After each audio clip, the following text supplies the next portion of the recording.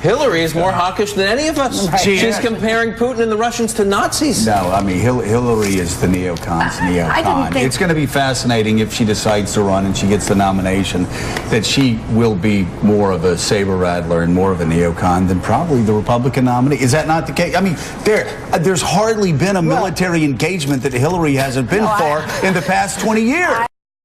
A win-win for both of them. Well, I agree with that completely, and this is also useful to Hillary in another way because it allows her to pretend that her foreign policy is substantially different from that of the Bush-Cheney administration, and it's not. She's in the. I'm dead serious. She's a neocon. She's keeping combat troops in Iraq. She sees American power as a useful tool for improving lives of other people. I'm totally serious. In what way is she not a neocon? Answer the question. I'm going to call you a 60s style hippie if you think she's a neocon. I'm actually sincere because everybody else is so caught up in these false narratives like, oh, she's a Trotskyite. Okay, so, no. So she asked for withdrawal plans from Iraq, and she has no plans to withdraw from Iraq. No. What I'm talking, come on, in the Defense Department comes down on her like a ton of bricks. Cheney comes down on her like a ton of bricks. Look, the basic point of this, and Jonathan's right, and you're right in one sense. This is going to help. This is going to help Hillary, and it helps Rudy to bash Hillary. But the fundamental point here is that this foreign policy of this administration has been so pathetic. We've got most of the countries of the world who hate us after they were ready to do anything for us after 9/11. Which is you read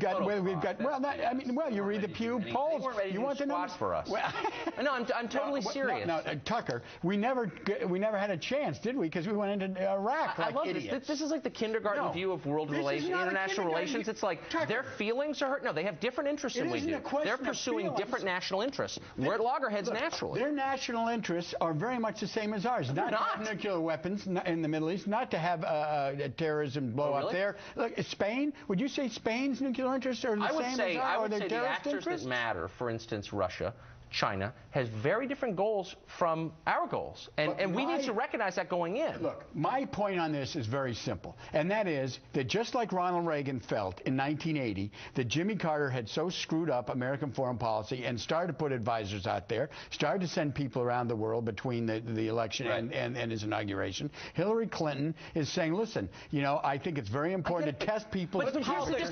I think Bush has screwed up our foreign policy tremendously. The difference between the current situation and the analogy you just used is Reagan and Carter had completely different views of foreign policy.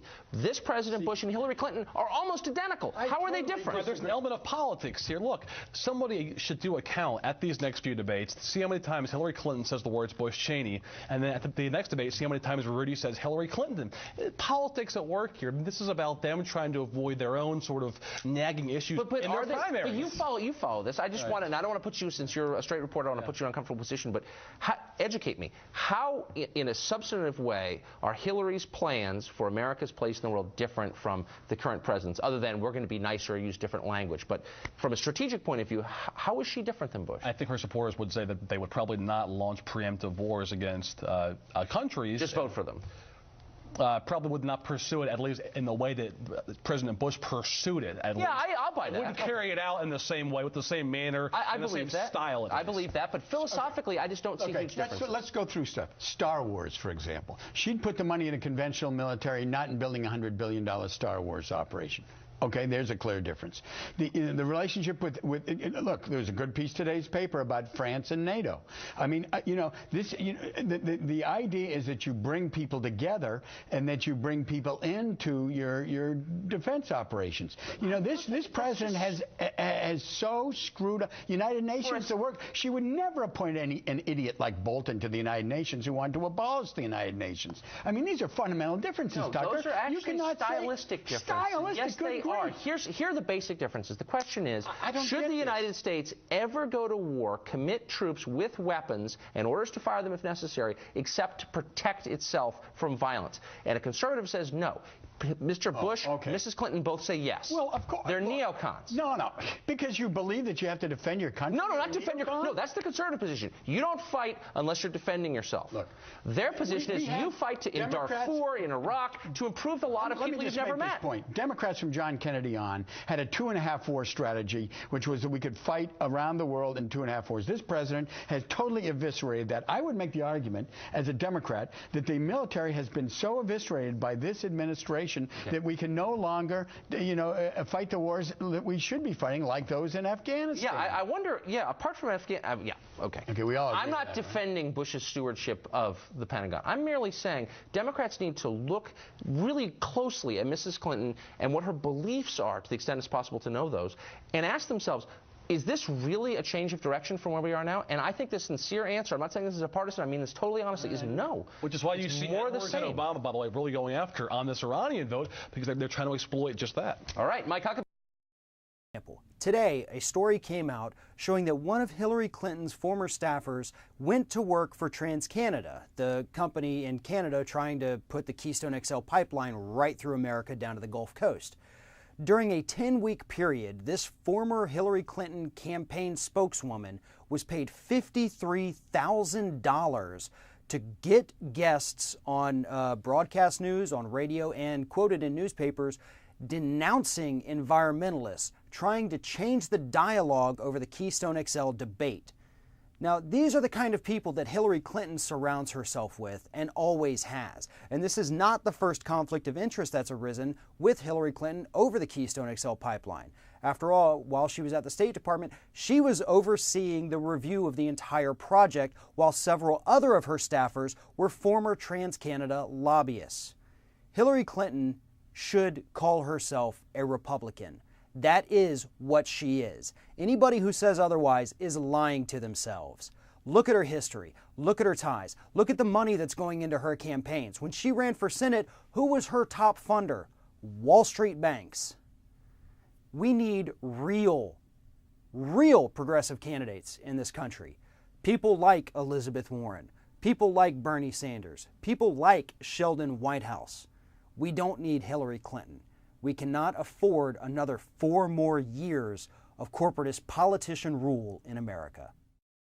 Republican Senator John Kyle, who teamed up with Joe Lieberman to declare the entire Iranian army a terrorist organization as a precursor to possible war, said of Clinton as possible Secretary of State, quote, "It seems to me she's got the experience. She's got the temperament for it." The Weekly Standard's Michael Goldfarb was just as praiseful and more explicit about his excitement, quote, "On the issues, Clinton's a hawk. Not only did she vote to authorize the war in Iraq, she went so far as to connect Saddam to al-Qaeda. She threatened to obliterate Iran, and on matters of diplomacy, Clinton's views are not so different from those held by John McCain and most Republicans. Clinton would be a fine Secretary of State, and perhaps she could even present the case for war with Iran to an insubordinate United Nations."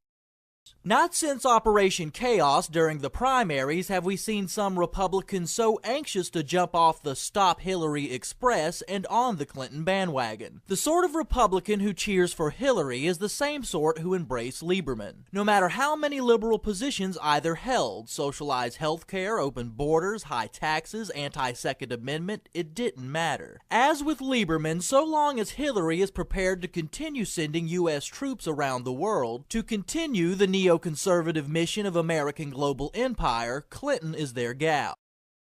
Hillary Clinton has proven to us once again that she is a warmonger and a warmonger and a warmonger. And the word is now that she believes that she will have no considerable opposition in the Democratic primaries. Hillary thinks she's a shoo-in. She thinks that the coronation has been consummated and that she's the queen. And therefore, she does not have to play to the Democratic base, which is anti-war. If it's anything, it's anti-war. Hopefully, the humanitarian bombing of Samantha Power and people like this has not perverted the Democratic base down to its marrow. So the Democratic base is still anti-war. I think that's still a given. I hope so. If not, it's bad news. But with the Democratic base being anti-war, Hillary nevertheless thinks that she can assert herself as a warmonger. Because when she says, don't do stupid stuff, is not an organizing principle for a great power. What she's saying is war, military conflict is the organizing principle she has in mind. She is a neocon. a neocon in the sense of Carl Schmitt. Remember him? The granddaddy intellectually of these neocons, and of course then Leo Strauss. And if you want to get some good quotes from the two of those, 9/11 synthetic terror made in USA is where you should look for them. Any edition from the 1st to the 5th is going to have those quotes. So take a quick look. That, as Schmidt says, the only thing you have to know in politics is who's the enemy. The enemy image, das Feindbild, is the way you organize a society. And of course, what he meaning to say is the only way you can justify an oligarchical, stratified, hierarchical, and oppressive society with low, rotten social mobility is with an outside threat. Okay, fine. So Hillary's embracing that already. Now, I speak to Democrats who might vote in Democratic primaries. Don't let us get to a situation where it's either Rand Paul, Ted Cruz, Walker, some bloody monster against Hillary, and then argue to us that Hillary is the lesser equal. At that point, she might be, but let's fight hard now to make sure we don't get to that.